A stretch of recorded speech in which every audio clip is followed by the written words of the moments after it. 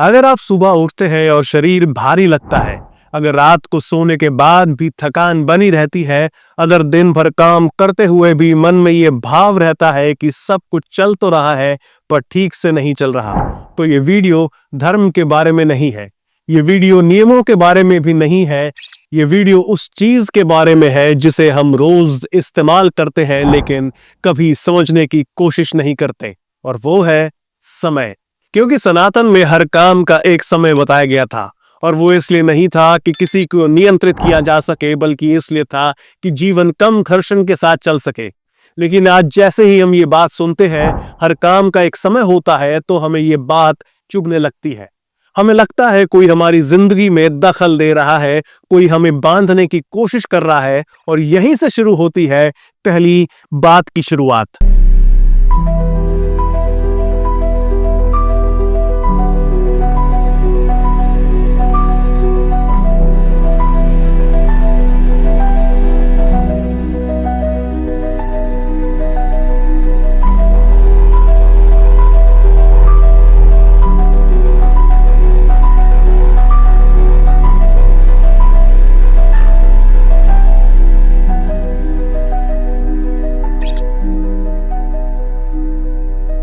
आज हम समय को किस तरह देखते हैं?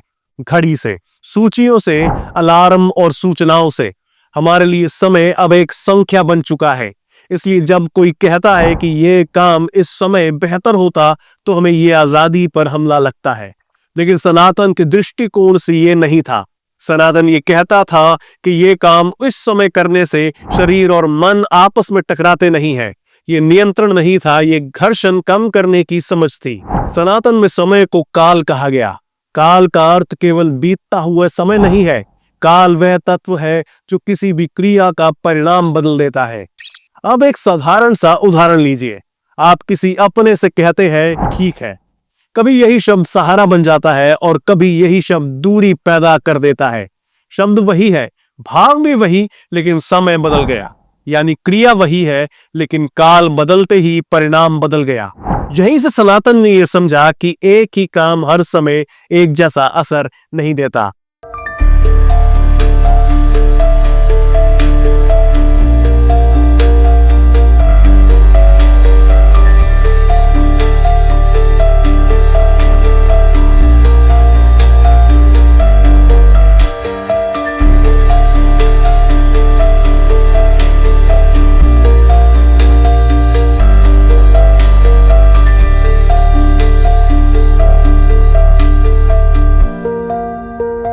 अब यहां से आता है योग्य काल। योग्य काल का मतलब यह नहीं किसी काम के लिए एक सख्त समय सीमा तय कर दी जाए।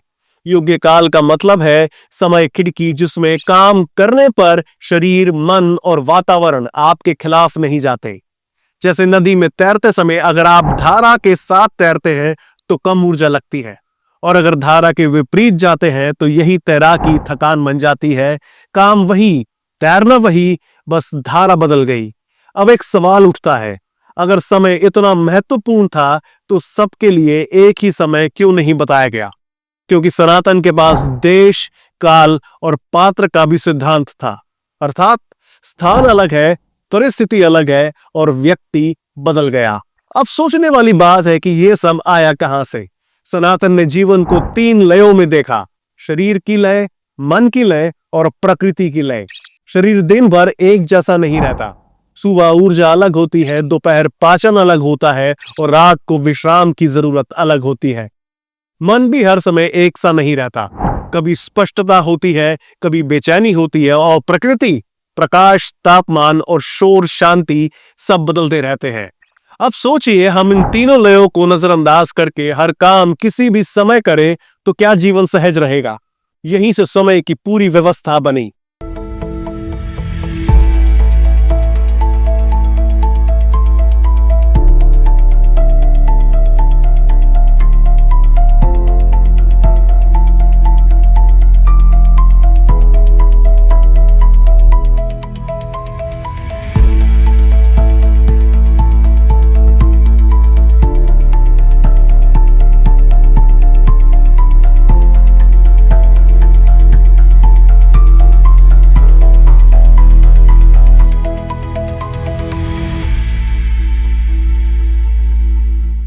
सुबह का समय केवल उठने के लिए नहीं था, वो दिन को दिशा देने का समय था।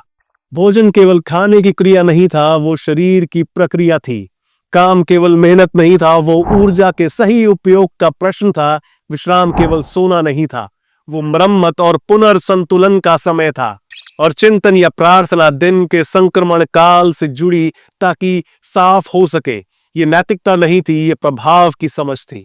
अब एक बात ध्यान से सुनिए, सनातन में सबसे ज्यादा गलत समझी गई कि विषय नैतिकता नहीं था, ये ऊर्जा और समय से जुड़ा था। सनातन ने निकट संबंधों को पाप या पुण्य के तराजू पर नहीं तोला।